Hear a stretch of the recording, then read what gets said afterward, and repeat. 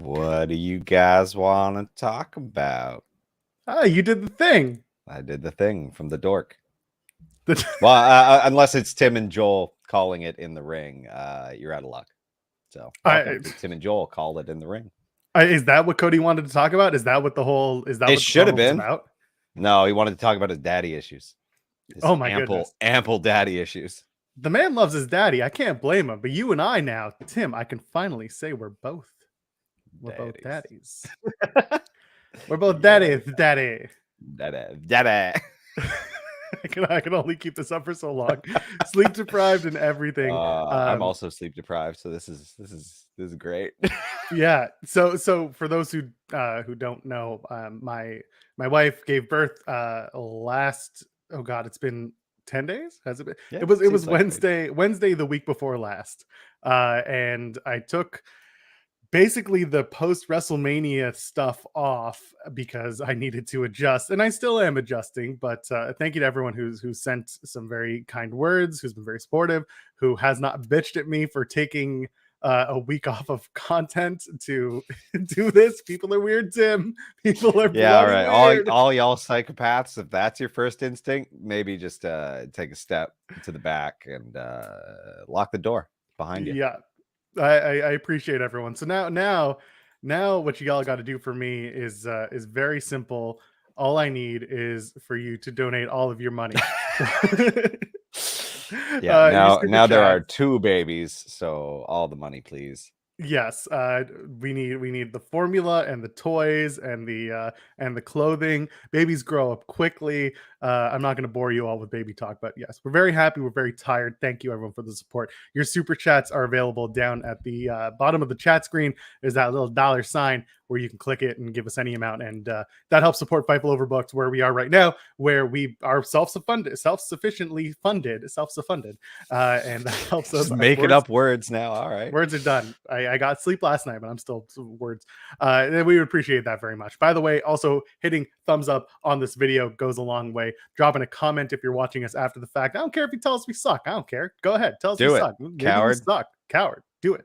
And you can subscribe to us here at Fightful Overbooked. We're marching towards 13,000 subscribers on the channel, and I want to see all y'all join it and tell your friends about it. We'd appreciate that very much. By the way, we have a Discord. Join the Overbooked Discord. There's a link in the description of the video for every Tim and Joel pod, and I think every video moving forward is going to have that link as well. So go ahead, get us in there. We have so much to do. Yeah, the channel's been noticeably quieter because I do all the work. I got a message from Jeremy on Friday just being like, sorry I didn't do anything. I'm just like, I kind of expected it. It's fine. We're both busy. So we you and I missed talking about WrestleMania and giving our hot takes, but now every take is cold because the world has moved on. Everyone's done with WrestleMania. The I don't even remember any of the taglines. Stupendous. It was stupendous. It was good. Mostly. It's true. I mean, we got through it. Yeah. I don't know. We don't have to go too far into it because now we're gonna get into WrestleMania rematch. So like that's the next pay-per-view coming up, right? It's called WrestleMania rematch. Pretty much, yes. Because they're doing Ronda Charlotte 2, Electric Boogaloo. And yeah, I quit. You probably shouldn't use any Boogaloo language around Ronda Rousey. That's probably a good point. Thank you. That's very good. Thank you for stopping me. So Ronda comes out at the top of SmackDown and she says, yeah, I may have lost WrestleMania, but I had a really good showing and I had her tap down. Her greatest librarian voice, her most stupendous librarian voice. And then, of course, Charlotte, hey, I'm up here. No, I don't accept your challenge for a rematch. And the entire, I like this. The through thread through at least the first hour of SmackDown becomes Ronda going to Adam Pearce and being like, give me the damn match. Give it. Is it done? Is it done yet? Give it to me. Yeah. I'll give that. Even though Charlotte was like, no, at least they kind of tied it up by having Ronda be like this imposing badass, being like, did you do it? Or do I have to break you? And so I'll give them that. Otherwise, I don't need to see the match. I don't care about seeing the rematch. No, especially not an I Quit. Like, I don't care. I didn't care about that. When they chose that to be the story for the WrestleMania match, I wasn't interested. And now they're making it even more on the nose. I'm just no. Can the fans tap out? Can we say I quit and let this match end early? I submit. I Uncle. preemptively. I will preemptively tap out on this match. Oh. I want? I don't know. No, we can't both take a drink at the same time, Joel. I'm really thrown off. I don't know where I am or what day it is anymore. It's Sunday. Why are we starting with Ronda Rousey and Charlotte Flair? There's got to be something else better to talk about. Cody's fighting The Miz. Oh, okay. Hold on. I want to talk about that. I think this is I know. great. This is see. I watched the internet blow up from afar, and all I could say was, "Oh my god, this is perfect." Miz and Cody, they're best friends, and also, you know where they are this week for Monday Night Raw? They're in Detroit. You know who lives in Detroit? You know whose hometown is Detroit? No. Brandy Rhodes. Oh, that's fun. Can we get to Brandy and Cody versus Miz and Maurice? Can we get there? Could this be the start of that feud? I'm in. Brandy was at WrestleMania. Yeah, this is how he starts his long journey to the WWE Championship, I guess. So Cody came out on Monday, gave his mission statement, opened up Raw, came up through the Cody Vader, which is hilarious. Why are they shooting this the way they're shooting it, where you see that he's already there and then he just ascends? Okay, so that was a mistake. Okay, it was very odd. Yeah, it wasn't supposed to be like this. Yeah, it was supposed to be all the way down. I can't get all the way down. Oh what a strange decision. You can see that as the cameraman, like. You can see that that's an odd choice. Anyway, it was a very odd choice. So he comes out and he's just like, "Hey, my dad wrestled for the WWF and he never got the title and he deserves the title, but now he's gone and I loved him so much and I fight back tears." And next thing he says, I want the WWE Championship. Cool. Listen, we knew that this would be his mission statement coming in. Makes sense. It's good. What do you think of the promo? Was it to your liking? Serviceable. No, I mean, it's Cody Rhodes and I don't care. Like, he's fine. I enjoy Cody Rhodes in the ring now because he's trying again. He did his resume match on the way out and I like that. And I thought his Seth Rollins match was pretty good. I don't care about his story. I don't care about the children of famous people as a rule. So it doesn't matter to me. I don't care. I don't care about you wanting to fulfill your dad's legacy. Not a thing I can relate to. So it's hard for me to. I want to watch him lose. I want to watch him try and lose. What if he told you he was the son of a plumber? Would that help you? No. All right. Well, I tried. Yeah. I get where you're coming from, though. It just doesn't. It's for me. It's not. I'm not saying it's bad. I thought his promo was fine. Like I just doesn't. Like I'm not rooting for him, but that's just me. I kind of wavered between the promo was good and heartfelt, and the promo felt forced. Because the Cody promos never feel 100% like him. They kind of feel like John Lovitz in SNL acting. It felt like that. Yeah, Cody's got this thing that I just always feel from him. Like you get it from politicians. Like he's too careful. He's not like even when he's being real, it feels fake. And it's just like, I don't know. There are just some people who like I don't get a good vibe from that. And that's kind of what I get from Cody, even when he's like pouring his heart out. Like I believe he's had that promo kind of ready to go for ages, but I don't identify with him, so it's hard for me to understand. This is the first week where I can't actually talk about the bump because I didn't watch it. What happened on the bump? We don't know. Cody was on the bump. No. When they said it was so funny, Caleb Braxton posted a tweet, was just like, this was before the bump announcement. Like, I just got news that this bump is going to be the biggest bump, and I'm just sitting there like, okay, they got Cody. And then I sent the tweet to a friend of mine at WWE, and I was just like, they finally canceled the bump because like they all hate that show. Anyway, it was Cody on the bump. I haven't seen it. Yeah, so apparently Drew watched the bump and I didn't. So I'm sorry, friends. I haven't had much time. I was catching up last night on all the wrestling while my in-laws helped me out. By the way, JJ, thank you for the super chat. Much love to two dads calling it in the ring. We appreciate you. Thank you. We're excited. There's so much going on in the world. Let's keep going. So Cody comes out and he does the thing. We talked about it. And then Roman came out at the end of the show, and I just kind of want to tie this all together. Roman came out and basically said nothing.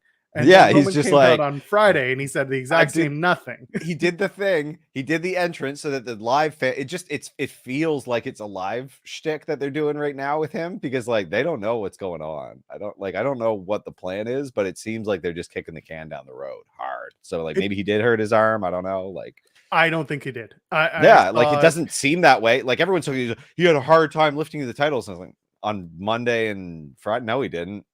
He did the sell for WrestleMania match, but like, no, he seemed fine.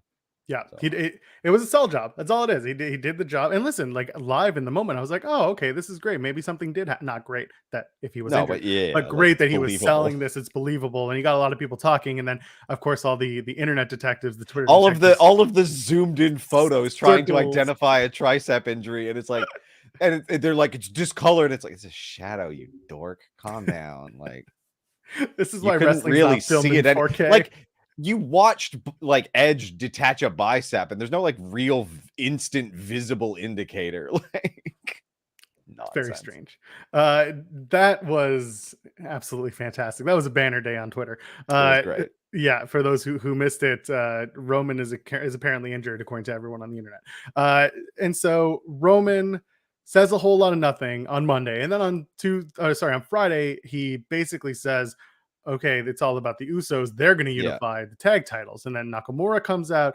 This is a great opportunity for Nakamura because of Rick Boogs going down with injury. That sucked. I hated seeing that. But at least Nakamura in a main event picture. Okay,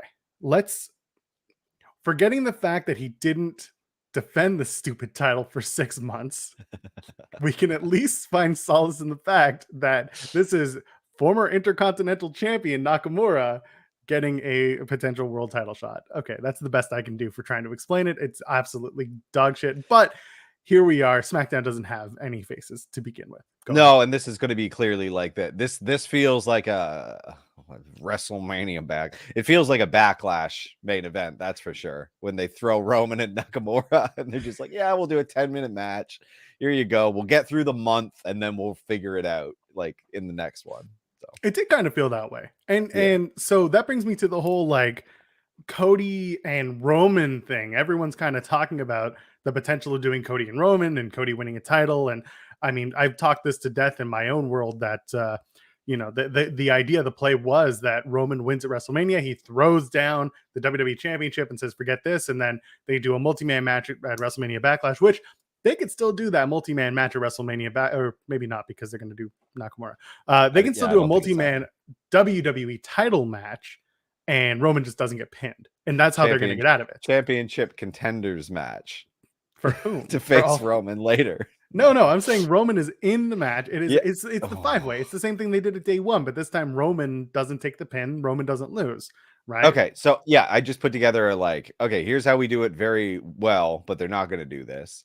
Roman does something to piss off, management. They're like, well, what? No, you can't just say the Usos are challenging for the title. We make those decisions. Blah, blah. Now they're angry at Roman. And then like, okay, you want to be the big man. You want to be the top dog. You want to have 2 championships that you got to defend 2 championships. And you throw him in 2 matches on Backlash, right? And he loses the multi-man, doesn't get pinned because God forbid. And then he beats Nakamura to retain the SmackDown one, and we're done. But Paul's got out of this mess. Paul's got to talk him out of it, though. Paul's got to talk management out of it. Yeah, both that you'd think that would be what he pays the wise man for, but wise man don't pay well. Yeah, I have this feeling that it's going to be this multi-man match at this point, but I guess Roman gets involved, and whoever gets the pinfall on him, or not on him, on somebody else, and wins the WWE title. That's the way I can see it going. For the combining of the tag titles, I mean, they've done this match 4 other times with RK Bro and the Usos. I guess we could have seen it coming, but I don't think they're going to unify the tag titles. I don't see a reason for it. No, I think RK Bro moves too much merch. Why would they? They got to keep that going a little longer. I still feel like they're imminently breaking up. I thought it was going to happen as early as this past Monday on Raw. Obviously not the case. Like you said, they moved merch. They're doing something right. I don't know. It's weird. Drew with the super chat saying the sad part is that the current Intercontinental Champion makes less sense than as a world title contender currently. I said it before. I'll say it again. Ricochet they spoiled the results. WWE themselves spoiled the results, giving you Ricochet as an Intercontinental Champion. That they didn't care. They still don't care.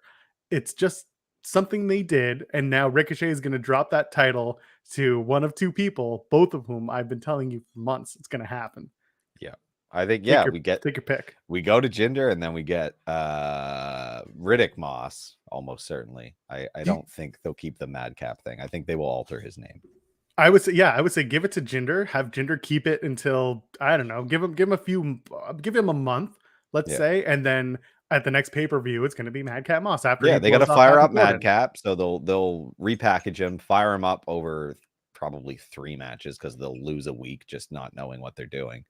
And then you've got a new star is born. Wait a minute, Jinder versus Madcap at SummerSlam. I think it's too far. I know it's so far, but I love it. Yeah, it's perfect. It'd be great. I'd love that match. I would unironically enjoy that match. I like both of them.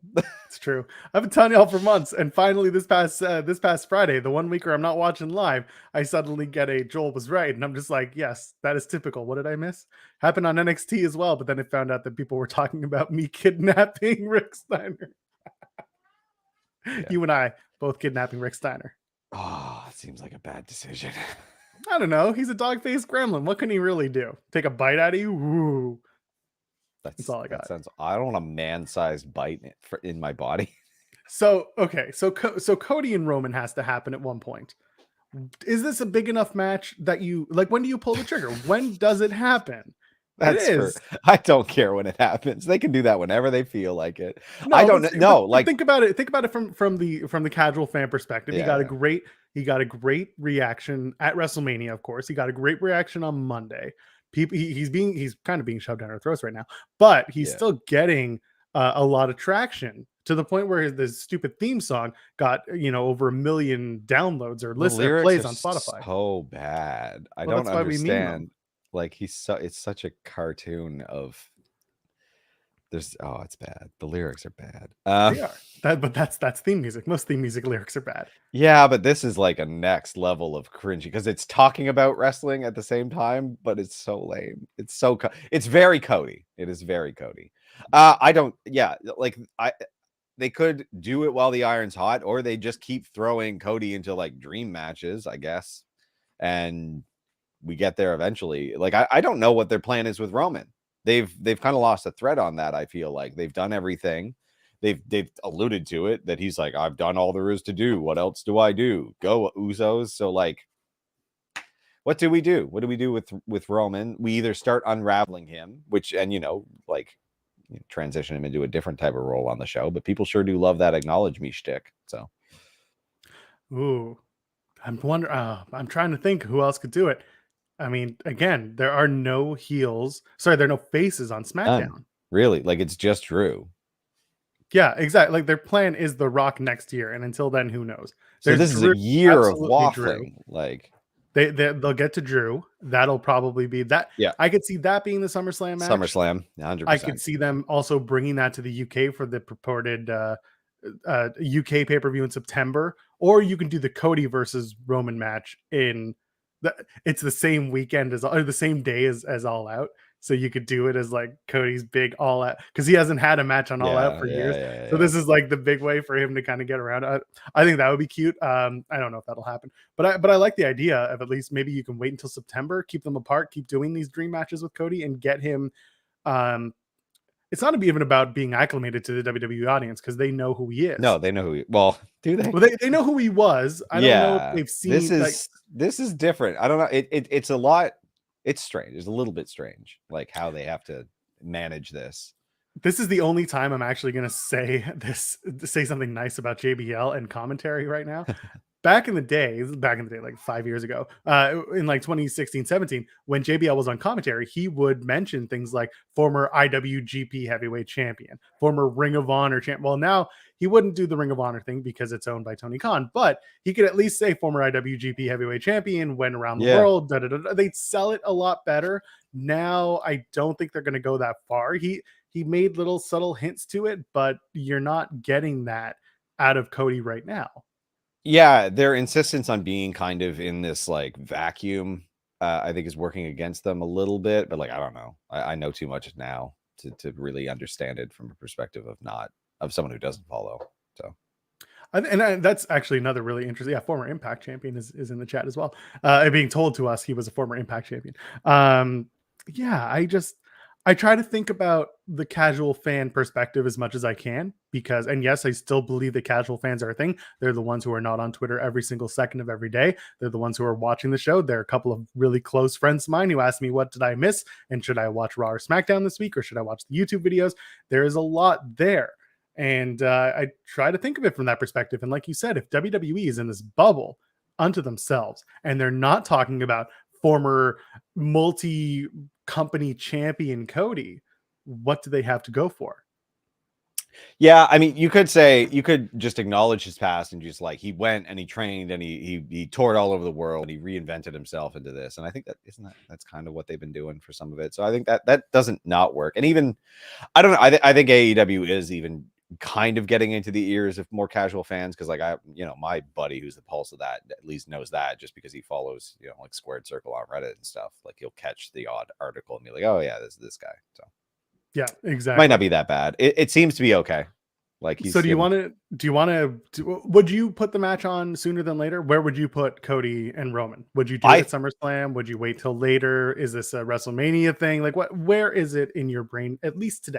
I would keep them completely separate. Like I don't think that you need I think what we were talking about with the multi-man thing is the best way to do this. I think keeping Cody on Raw and having him just face Raw people, keep that stuff separate as much as possible. I think that's the best way to manage this because like unless you're gonna like you need to keep building Cody because he's not there yet, and you can't undermine Roman because you want to get to a match with The Rock, so you have to keep him up. So just keep them in separate universes, like split them, don't have them face each other this year at all. I like the idea. And I'm seeing in the chat that Cody mentioned AEW, Aaron Solo, Brandy, and a few others on the bump. Again, nobody's really paying attention to the bump Nobody's watching the bump. So he'll get away with it is really what I'm getting at. So that's a place where he can do it. But I mean, it's certainly not going to come from Jerry the King Lawler on commentary for the next 3 weeks. Well, God. While Graves is away. They found the one guy that's going to make us miss Corey Graves. Yeah. The one guy. I can't believe it. Oh, actually, here, this is great connection. If Stardust can contend for one title, Cody can contend for the other. Now, I'm not going to talk about Cody and Stardust, but I am going to talk about Ezekiel Elias. We got to talk about Ezekiel. It's beautiful. It was a thing of beauty.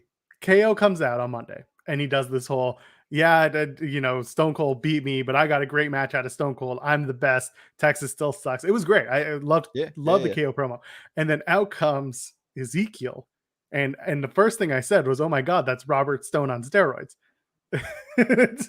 Big time. Look at him. Yeah. I saw people be like, I thought it was LA Knight. No, it's not. First of all, yeah, but no, it's not LA Knight. You dorks. It's Robert Stone. It's Robert Stone on the gas. And he comes out and KO playing it perfectly. He's like, aren't you Elias? Yeah. And this guy just being like, no, I'm his younger brother, Ezekiel. I love this. I love this so much because it's so stupid. It's perfect. He looks like every other wrestler that debuted in the Ruthless Aggression era and went nowhere. Like that is exactly his package right now. Like I'm trying to think like, oh man. Yeah. Just that there was one, Mordecai, like they reinvented that guy, Sean O'Hare or whatever. They reinvented. Yeah. He looks like Sean O'Hare is what he makes me think of, which is a nobody. So I see it in the chat. LA Knight managing Ezekiel Elias. Yes, I love it. Yeah, great. People are just gonna be like, "Who's who?" But apparently, from what I was told and from what a few people have said, they might do Ezekiel and Elias. So Elias isn't dead, but Elias is going to fake beard. I think so, and they're gonna do something that's like that. Everyone knows that they're different, but this guy, it's Mrs. Doubtfire, but people don't know it's okay. If they do this. Jeez, oh God. Elias has a beard. Kevin Thorne was Mordecai, by the way. Sean O'Hare was doing the 2003. There you go. They all look the same to me. Well, one's died. Anyway. Okay, cool. People die. Suck.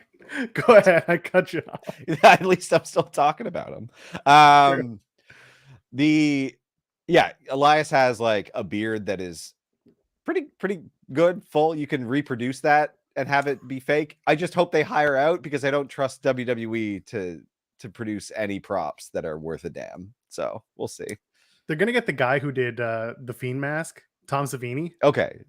No. I'm talking about masks. They're gonna call up Tom Yeah. Savini and just be like, "Hey, you did a great job on that Bray mask. Can we commission you to do a beard?" Just And a he'll just be beard. like, "A beard?" Be like, Just a "Yeah, beard yeah, for a mid-carder, you know? Don't yeah. Can you do the beard?"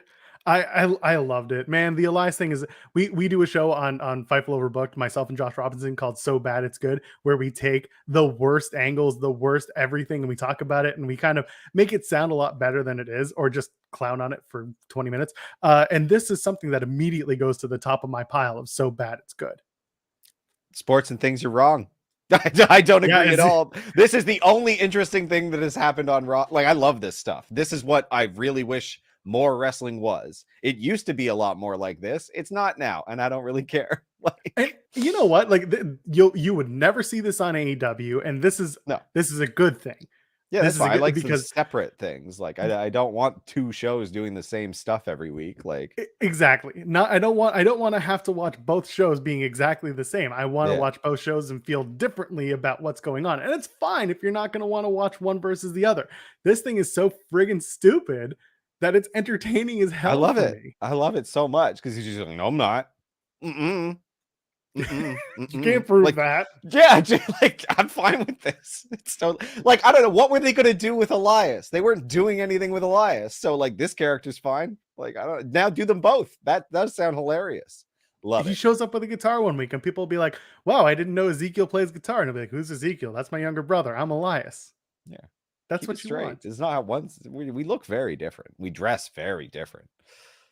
That'd be amazing. You know what you got to do? You got to put the NXT tag titles on Ezekiel and Elias, because they're about to have to redo the NXT tag titles. I really just wanted to bring the super chat up on the screen. Scott Steiner's coming for you both. Enjoy math class. Thank you, James. Big Papa Pump. I don't know. He's my I don't think he's still got it. I think we can defend ourselves. Yeah, exactly. I don't know. The NXT tag titles, by the way, I feel like it'll just be the Creeds and Pretty Deadly, or it'll be I don't know. I mean, it should be the Creeds. It should have been the Creeds to begin with. Should have been the Creeds all along. I don't know why they decided to put them back on MSK. And I'm not gonna get into the real world talk of it, because we don't. So Wesley's screwed here, though. That's the sad bit. Like, just nothing for him. You can repackage him, give him a singles gimmick. He'd be fine. Will they? Can put him with. You can have him.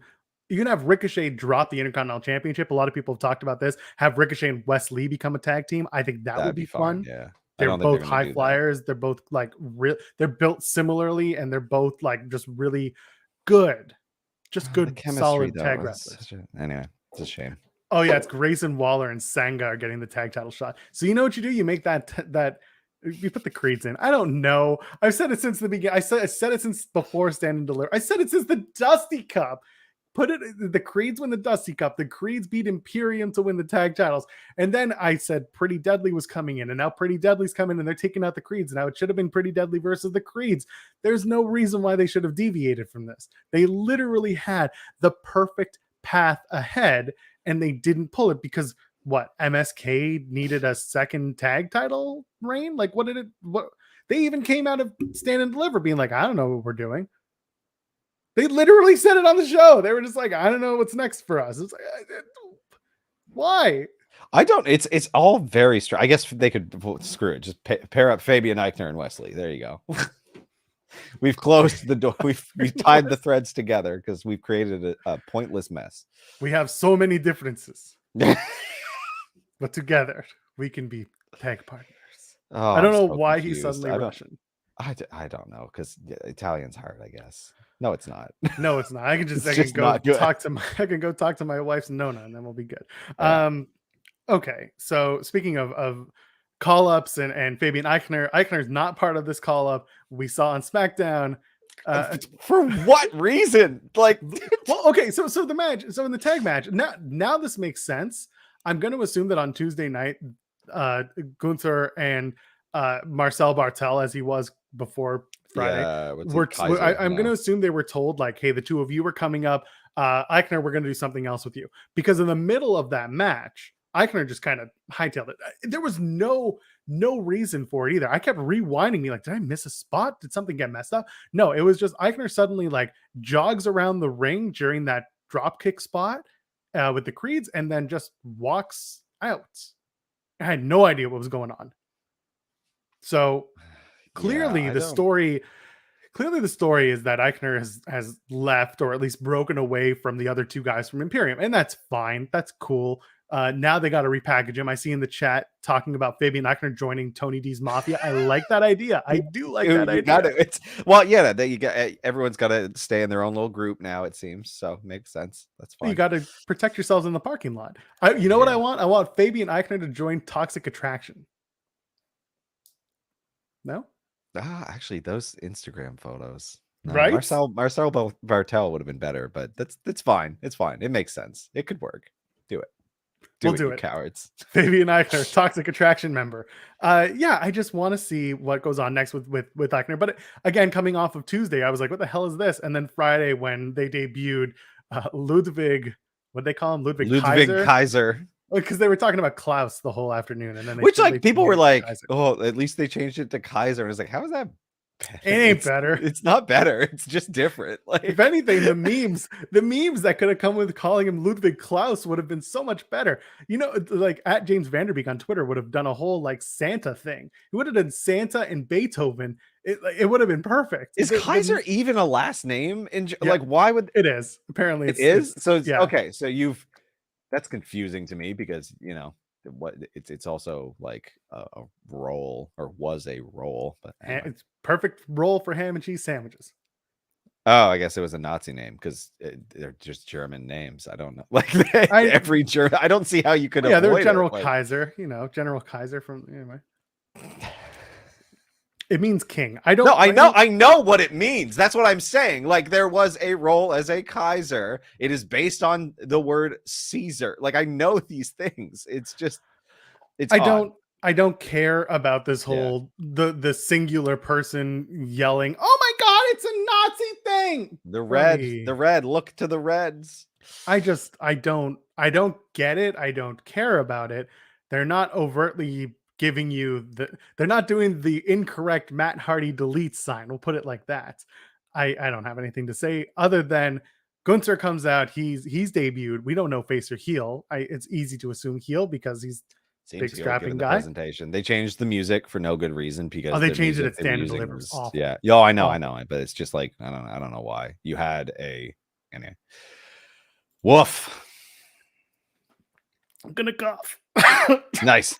Yeah, I don't know. The whole thing is disappointing for me. Like, I don't really know why. Like, they just seem like, again, arbitrary changes. Like, why build things at all? Like, just hire people, package them, and put them on your show then. Like, because your development thing is pointless. So, well, this is he's one of the last of the 1.0 times, right? Yeah, but even then, like, he wasn't really. They were sitting on UK, like. UK doesn't count. Come on, yeah, you know exactly. They renamed Pretty Deadly too, and people don't know that. Like they're still Pretty Deadly, but they renamed the guys. Oh yeah, I don't care. Like they have different, but I'm saying like people didn't know that because people aren't watching UK. People don't know unless they know. But also, again, casual fans, people ain't watching NXT. Therefore, you change his name to Gunther, and most people are going to be like, "Oh, I know him. That's Walter." But guess what? People don't look at Kevin Owens when he came in and say, "Oh, that's Kevin Steen. Why'd you change his name?" I understand that Walter was part of the Survivor Series team 2 years ago. I also understand that Vince McMahon is the type to say, "Oh, no one remembers what happened 2 months ago, pal." I can't do the Vince voices. Yeah, the problem though is that like the fans are chanting Walter like when and like people. But were they doing it on Friday? Yeah, weren't they? I don't know. Sure I didn't hear it. Yeah, no, they did. They did. Like it was absolutely like the commentary had to cover for it and everything. Like, and supposedly Vince uses the live audience as his like barometer for this, and it's just like, well, like, yeah, it doesn't seem to be. It just seems to be. Oh, I didn't do this, and I must touch this. Somebody is down the chain. I don't know if it's Vince doing this, but somebody along the chain, like every time with the NXT stuff, just feels it's got that like. That bureaucratic, like I must have my touch on this for it so I can throw it on my resume, and it's just like. So he comes out. Gunther comes out, makes his debut, squashes Joe Alonzo, slaps the hell out of somebody. I don't know. And it's fine. Again, good little squash match, good introduction. I wonder what they're going to do with Gunther because again, SmackDown is the land of heels, and they you threw another heel. Like, so do we keep Gunther as a heel or do we face him? Like, what can we do? He's got a thing. I don't know. It's got to look. You know who they faced this past? They baby faced Lacey Evans on Friday too. Saw that. What'd you think of that? I mixed emotions towards that. What did you think Seems of fine. Lacey Evans? I'm glad the Southern Belle thing's gone. She looks good. Looks like it's a good gimmick. It's an American gimmick. It's a thing I don't care about. Like, it's They fine. kind of I hate bootstrap crap. I hate like it's not for me. It's fine. It works in the market and it makes sense. They kind of tried it once already, and then they realized it's not working when she was Miss Marine, and then they decided that they would go back to being a heel. This one's a little bit better because we're getting a little bit more personal, I guess. It was just trauma like porn stuff is weird. Yeah. WWE loves this trauma porn, and it doesn't work for me. Well, that's the thing. How many dead dads did we go through in NXT over the last little while? Like, it's just like, this is annoying to me. I don't need to know that. Like, this is escapist stuff. Like, I don't need all these personal stories. And again, the one thing I don't mind about wrestling is when we get a storyline that has a little bit of reality, but when you go a little too far like this, I understand the feeling of like, why do we have to draw attention to real life suffering, real life details like this when this is an escape? Yeah. Which again, and like as Drew's pointing out, like it's a better America gimmick than it was before. So I'm open to it. Like I'm happy. I think they need the face in there. Yeah. So Liv Morgan defeats Sasha Banks in a really good match, and that was unexpected. The problem is the women's tag titles are currently on two people who are probably going to break up the second they lose it. And then after they lose it, they're going to feud. And then after they feud, they're going to, I don't know. Bro, we're right on the cycle. We're like, everything is just happening exactly as it should. We're going to have the Liv and Rhea break up for reasons unknown. I don't know what we're doing with that, but we're doing. Oh, they're gonna lose on Monday, and then Rhea's gonna join the House of Edge. Yeah, which I'm fine with. Like, I don't know. It feels like WWE is hesitant to do stables, so I'm curious what they have in plan for this, because like we keep dropping individuals so that there's only pairs at any given moment. So like it seems like they're just like faction phobic for no reason. So it feels to me like Edge has an idea that they're very interested in, but for now it just looks like Blue Brood. Do we call them the Edgelords? Oh god. Honestly, the people in it works pretty well for now. Damian Priest is now part of the Edgelords. He joined them on WrestleMania.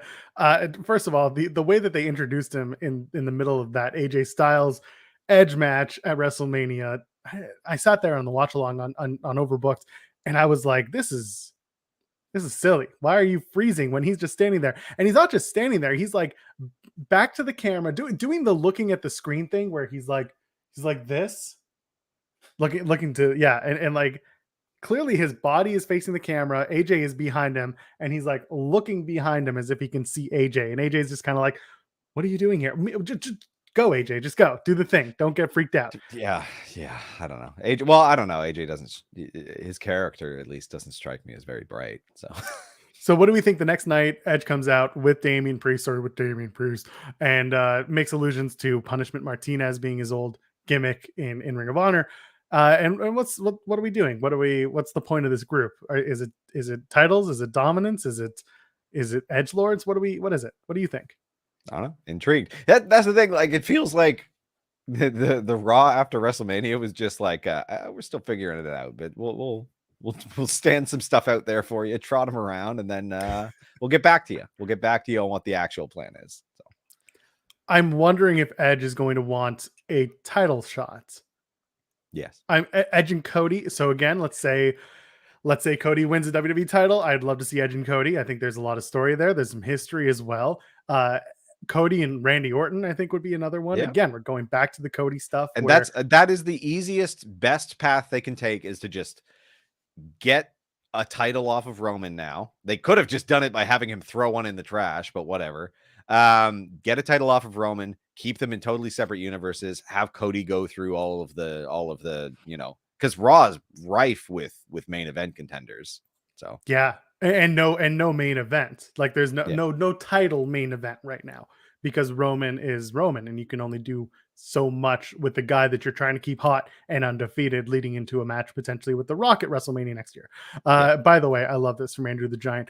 Rhea will be renamed Brutality. Ciampa will be Survival. It's very Retribution. You're not wrong, but you know what? I would actually keep the names, keep calling them Rhea Ripley, and keep calling him Tommaso Ciampa, but almost like the band Ghost. Oh, and I don't put it past Edge to do this because he loves the band Ghost.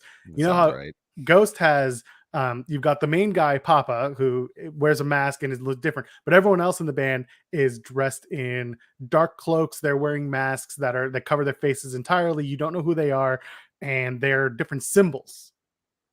They could do that here, except you'll know Rhea, her name will be Brutality, but she's still Rhea Ripley. So she'll beat down everybody. Ciampa will be Survival. So maybe he's the guy who, I don't know.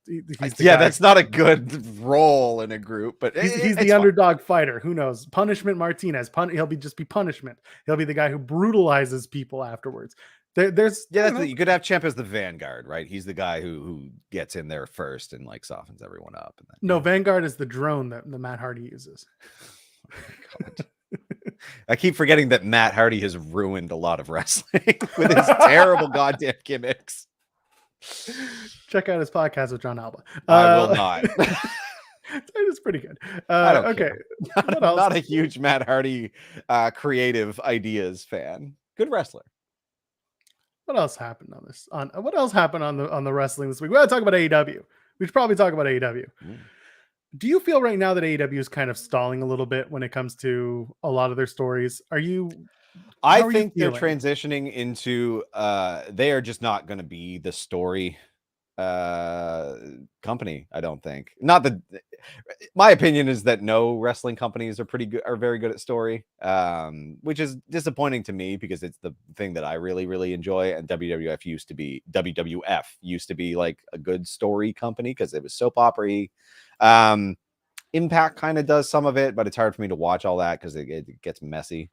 I think AEW is just kind of settling into its position that they're just doing all of these dream matches and they're very mat focused, like they're wrestling focused, which is disappointing to me. But I messaged you last night when I was catching up on Dynamite and Rampage, and the first match was Christian Cage versus Adam Cole from Dynamite. And I said, like, I don't know if I'm loving just the match being out there for the match sake. It gives Adam Cole a win. That's fine. The match is good. I get the whole like wins and losses matter type of feeling.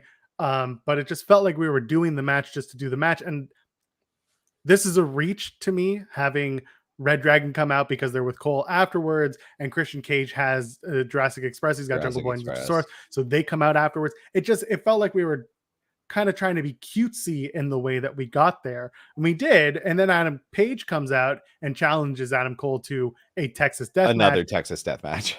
I saw that. And I saw kind of the views online, people being like, I don't think it's a good idea. If the story works, and also they keep going back to Texas. So what the hell else are you going to do? Like they literally are starting to live in the 4 states that they go to. Yeah. Their circuit is kind of dull to me. Like, because it does feel like we're just doing the same kind of like shows for the same audiences. And there's high marks. Like the wrestling is very good. Like we're seeing all sorts of dream matches put together. Like and like there are nuggets of good storytelling. Like the Blackpool Combat Club thing is cool. With Yuta.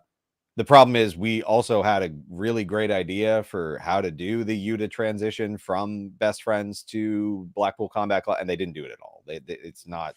I have not been interested in the story they did tell because it's been through 2-minute segments where it's like, I don't like you. Well, I don't like you. And you shouldn't like, it's just like, it's canned and it's not a story to me. It's just them having 2 minutes of words. And then there's a bunch of matches and the matches have all been great, but I'm a little surprised that, and that's not being like, they didn't take our idea, therefore it no. sucks. No. It's just like we could have been deeper into the actual story, but there's so much, they're cramming so much into these shows because they've signed 8 billion people that like everyone's getting 2 minutes. And it's just like 2 minutes it's hard to tell a real story.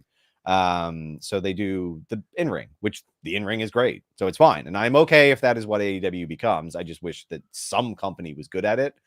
None of them are. So it's really funny because you and I have talked about this offline, how WWE can do really good promos and really good really well produced moments, and AEW has incredible matches. So like they flip basically, like it's an unbalanced plate where the matches in AEW are great, the work rate's great. In WWE, the work rate's great, but it's the same a lot of the time. It is because they really limit move sets out of a concern for their investments. Yeah. And that kind of gets the in-ring dull to me, whereas AEW they do all this stuff, but it's like, I don't know, like all of the wrestling stuff, like it's just, I really like wrestling. I like going to, like, we're going to see Greek Town tonight. I like that live more than I like it on TV. Because like when I'm watching TV stuff, especially wrestling, like I want to kind of just be able to do other things at the same time. So I'll watch matches, but I'll miss an awful lot. So it's like I've watched a lot of wrestling through my life. So like it gets kind of the same thing after a while, right? Like, it's wrestling. So yeah. The MJF Wardlow story continues on. I am kind of getting bored of the Wardlow shows up, beats up the security in the middle of a Pinnacle match, and then the Pinnacle member either loses or, in the case of FTR, win it, and then they're just pissed off and they leave. I don't know why we had to do that again, because we're going to do it again on Wednesday. It's a good idea. It's one good idea for one segment of a story, but rather than telling this, the story where you think up of a new cool thing to do every week, you do the same thing because we're mostly focused on getting to the match, it seems. So that's a bit disappointing. Like him coming through and throwing around security guards is great for 1 week, but that's 1 week of programming. And I think it's just, again, I think it's just, they let a lot of wrestlers really think that they're just like the best storytellers in the world. And it's like, no, like everyone's good at different things. And like, wrestling requires a lot of different skills that you need to work on. So like maybe think that somebody who's a story writer or a writer in general might be able to come up with a good arc. Like they don't need to script your promos if that's not what you want, but like any like improvised film or television show, you give them the beats so that there's at least something compelling from week to week, and they can go cut the promos they want, but you should work with somebody to come up with an arc, because now you're just getting Wardlow like, yeah, I think I should just show how strong I am and beat up everyone every single week. Like, it's like, okay. I want to talk about the Jade Cargill promo, specifically just the last line. I love the you call yourself the problem, I'm the problem solver. I thought that was just good Jade's shit. killing it. Jade's doing a damn good job. Like really enjoying what she's putting together. And on top of that, they show the baddie section again this week. Now I have to point this out. They got the baddie set. They have this beautiful row of women who are waving at the camera and blowing kisses and looking great, but they didn't show the one guy who was like purposely singled out by Jade on social media and given this huge like applause. It was so good, but they didn't show him on TV. There was this one guy.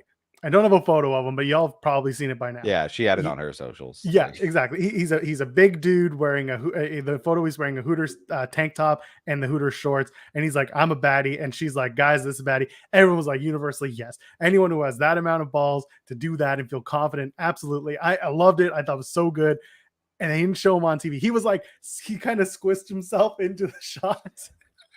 He's at the bottom of the screen, and I'm like, oh, that poor bastard. He was there. He had a good time. I want to shout out that guy, because you know what?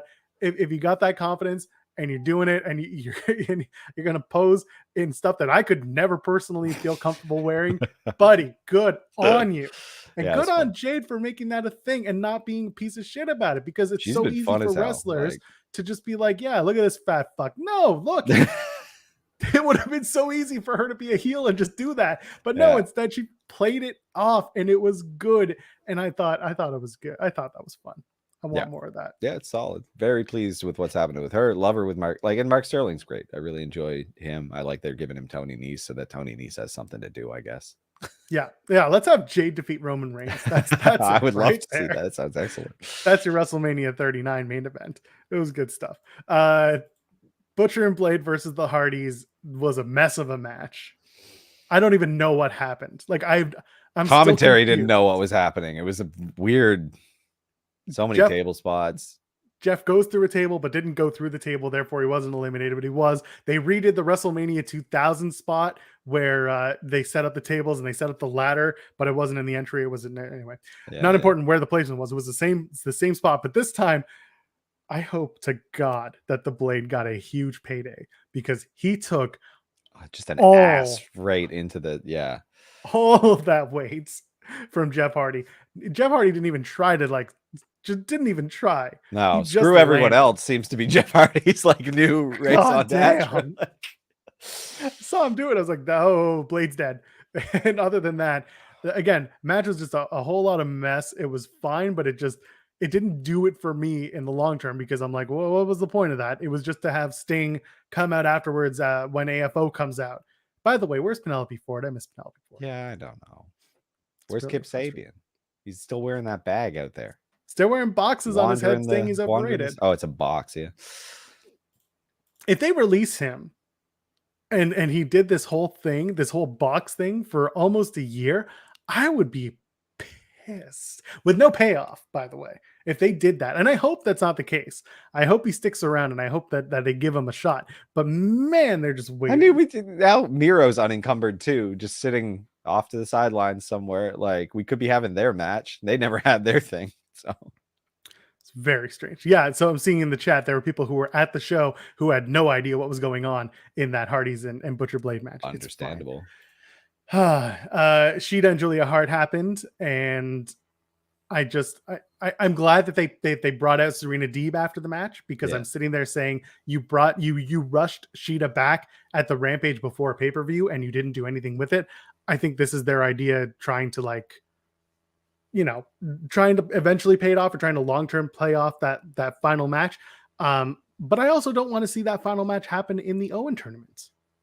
Yeah, me neither. I think that takes away. It diminishes the turn because again, you should be using things like tournaments to build new stars. That's a thing you should be doing, I think, because you don't have you have all these women on the roster who should be featured more, but they need to be kind of built for the TV audience. And I think Sheeta and Deeb is already good. So I also think that both of them should be wanting to win they want to win the tournament, not beat each other. They want to beat each other now, but they shouldn't have to face each other in a tournament as the 5th and final match. No, if anything, they should end up costing each other's tournament spot, right? And then yeah.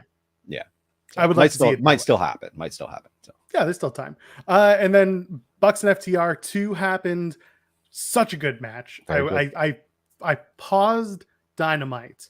I went out for a little bit. I went for a walk and I came back because I wanted to sit and watch the match with fresh eyes because watching 2 hours of TV nonstop or watching a lot of wrestling nonstop really gets to you after a while. So I had to take a break.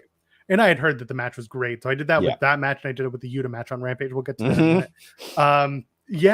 So FTR win. They beat the Bucks in a really, really fun match. The false finish I thought was cute. It wasn't too cute. The referee kind of looked dumb because he saw the foot on the ropes and then counted the 3 instead of the other way around. So whatever, just a miscue. And then the final do the big rig after the BTE trigger. I loved it. I thought that was really good. Just a good solid match. The Ring of Honor tag titles being up for grabs. Bobby Cruz from Ring of Honor being there. Shout out, by the way, to Steven Jensen. Him and I ran down Super Card of Honor on the main Fightful channel if you want to go check that out. That was a lot of fun. I still need to watch it. It sounds so good. It was a really good night of wrestling. Ring of Honor Super Card of Honor was really good. You know what I did watch instead? Bloodsport. Made a mistake. You didn't love Bloodsport, eh? I don't get it. It doesn't do anything for me at all. It's shoot fighting for wrestling fans. That's a terrible idea in my mind. Doesn't do it for me. I enjoyed the last 2 matches. The last 2 matches were good. But yeah, other than that, not my thing. It's just not for me. Not at all. That's fair. Poorly produced. My God, poorly produced. I think we can agree on that part. Good God. For no extra money, you can produce a better show. If you need help, reach out. I'll help. Well, that's what I'm doing today at Greektown. But I'm doing backstage. I'm doing interviews and stuff. Well, that's not the same. Yes. So we'll get to that in a minute when we close out the show. So FTR retained their tag titles, good stuff. And then we had Rampage. And I mean, listen, there was a lot that went on Rampage because they're now doing this whole cramming as many matches into an hour as they can. But really, the standouts were the opening and closing matches. And the Swerve match was really good. I didn't even remember the Swerve was on the card until I saw it. No. And Willow versus Red Velvet was interesting to me. The finish was really messy. Well, it's Red Velvet.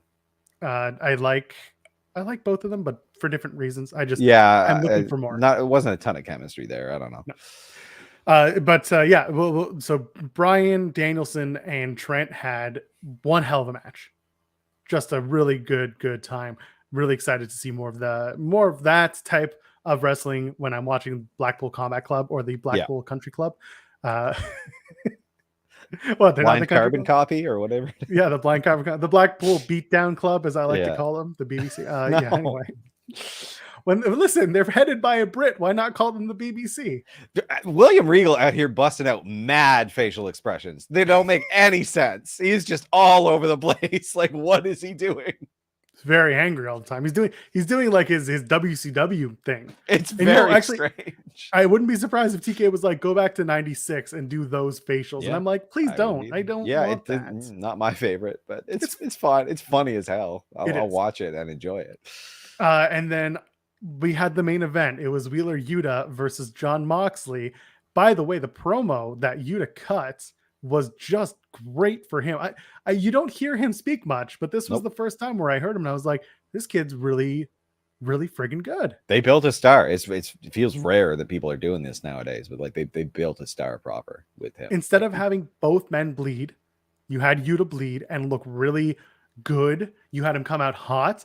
I don't love him kicking out of a bunch of paradigm shifts. I thought that was a little strange. I didn't mind it. I thought the second paradigm shift was so high angle. It was basically an underhook suplex. And then like it was. The kick out on 2 was like is 1.5. There was like some concern because maybe a botch, but like it could have looked better. But I didn't mind it. I didn't mind him getting that pop, kicking out of the 2 paradigm shifts. I thought that was cool. And then he just gets choked out.